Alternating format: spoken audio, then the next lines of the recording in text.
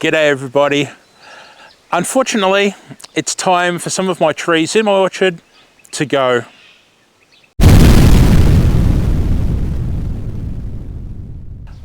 I just can't deal with the fruit fly anymore. For those of you unfamiliar with my channel, I have a serious problem here, as does my region in Victoria, Australia, with Queensland fruit fly. They're an absolute pest. These aren't the little fruit flies that buzz around above your fruit bowl in the kitchen. These are annoying, very, very annoying insects that damage a lot of fruit, and it's a big problem with the industry up here. And in fact, we have stops on the highway where there's bins and you have to dump fruit. You can't take fruit any further.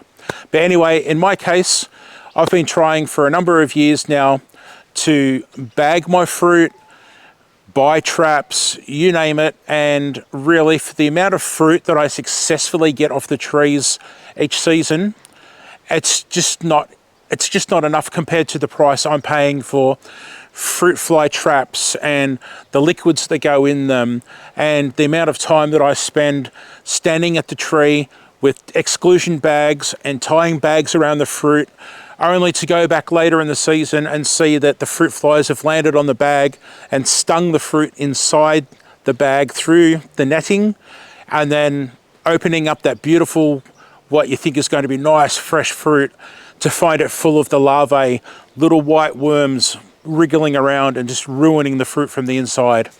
So unfortunately, it's time for some of my fruit to go.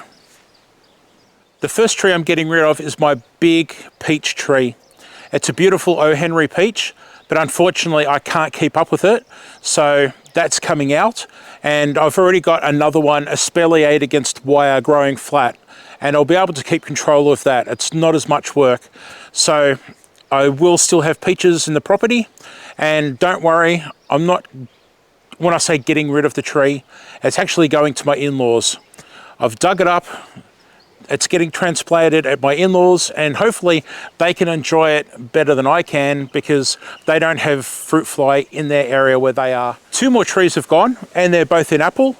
I'm not sure exactly what they are. They kind of look like a red delicious. A couple of years ago, I actually bought a couple of apple trees, and my in-laws weren't ready to plant at the time because they were going into state for an extended time. So I put it here in the ground and grew it, and it's time for them to get their tree back. So that's coming up and getting transplanted. And the other apple is just an apple that we don't really like here. It's a bit too flowery for our tastes, and the kids just aren't eating it. And we've got other apples. We've got Granny Smiths and Pink Ladies, and the Pink Ladies by far are very popular with everyone, and I love my Granny Smiths.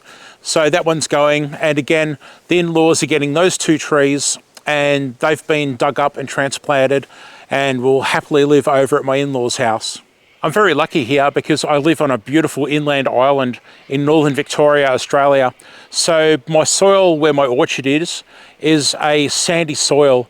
So for me, digging up the trees wasn't so bad because the soil was already soft. It was obviously that sand mixed with compost and a bit of nice garden soil that I'd imported into there, gave it all a mix. So yes, once it came to actually digging up the roots and pulling the trees out, thankfully, I wasn't digging into hard, compacted ground.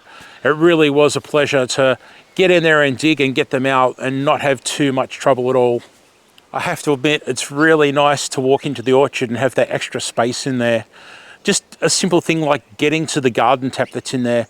I can now just walk across this open space rather than ducking peaches and branches and moving them out of the way because I don't want to cut them back too far. And there'll be more sunlight for the trees, more wind getting there and flowing around all the branches and the leaves and the fruit.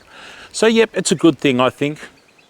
I do have fruit trees in grow bags and large pots here, and you never know, I might take some of them and put them in the orchard and fill in some of those spaces, and eventually, once they get a bit bigger, maybe transplant them into the spots where the other trees were.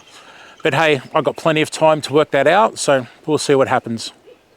Thank you so much for being here, and if you have the time, please check out this video I've got on the screen, and I will see you hopefully in the next gardening or cooking video. Bye for now.